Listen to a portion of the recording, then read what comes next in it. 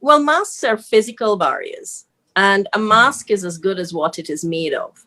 And there are different types of masks. And earlier, when COVID emerged, there was a call for the medical people to wear masks and to protect themselves because they were more likely to be interfacing with sick people, people who were exposed to COVID-19, people who were positive. And we heard about the KN95 mask being one of those which had at least 95% protection for those who were wearing it.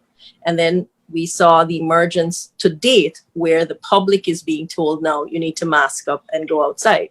But when we speak of masks, it's very important that we think of masks as not only protecting ourselves, but us wearing a mask is really protecting the other person in more ways than one. Because when we cough or when we sneeze or when we shout or however we decide to emit droplets, that's contained within the mask. And that prevention of droplets going out protects the other person. If the other person is wearing a mask, then that other person protects you. There is also some protection given from what is coming from the outside to in, but that also depends on the type of mask that you're wearing. As I mentioned, the KN95, the N95 masks are usually left for the health workers because they are more at risk, more exposed, and as such, because of the shortage of these, what we call personal protective equipment, these masks in the world, much of that is being asked to be left for them, as would be the surgical masks, the ones that we see around that medical people wear usually when they're in the ER, when they're in the operating theater. Those are also masks that have a waterproof or almost waterproof outer filtration, outer layer that prevents wet stuff from getting in. And then there's an inner layer to help you to breathe and to help stuff from getting out there. Now, across the country in Guyana, like much of the world where there's a shortage of masks, there has been this whole momentum about getting masks out to people.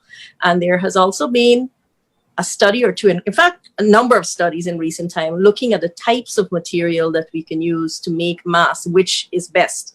The simplest test when looking at the material that can be as effective as possible, one is to ensure that it prevents the droplets from getting out or in. And the second thing, it must be breathable so that you can wear it for a longer period of time. So a number of materials were tested, and one of those that came out that seemed satisfactory would be 100% cotton, because they were looking at the fibers, tightly woven cotton. So let me qualify the cotton, 100% tightly woven cotton. So you can also look at the thread count. Then there came, should we do one layer? Should we do two layers? Should we put a filter in between? All in all, trying to look at the percentage of protection that it provides to a person. So that is still evolving. People are still looking at many options on how to make masks. People look at vacuum bags and all these kinds of things, but they have particles. Yeah, you can use various material. Right. Other particles, if inhaled, those things can cause problems to you. So more or less, they've settled on the cotton type fabric, polycotton fabric, their jersey cotton type fabric, all looking at one, ensuring that as much as possible to prevent the particles from getting to a person, and the other thing, making it breathable. So again, I want to reinforce that it's not only wearing a mask, it is wearing a mask and also socially distancing. That must be made. And it's in addition to wearing a mask and socially distancing, it's wearing a mask correctly. So correctly putting a mask on is very, very vital. And I know Rita will do a demonstration of this because we talked about it, because sometimes we are talking about it and you need to see it to understand. So in a nutshell, I'll just say, if you wear a mask, make sure you wash your hands before you wear a mask. When you put on the mask, make sure there is no gap between your face and the mask.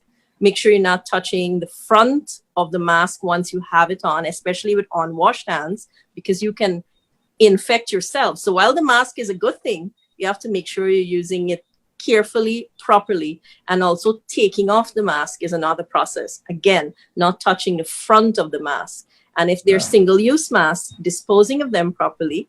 If they're reusable masks, cleansing them properly, washing them, it is said, with soap and water. That's the best thing because you don't want to damage the fibers, but wash them often and make sure that you put them, you can air dry them, you can put them in a washing machine to dry them, not a dryer, rather, to dry them. And when you're finished, you can iron them. So heat also affects the virus. Right. And So maybe, why fabric masks?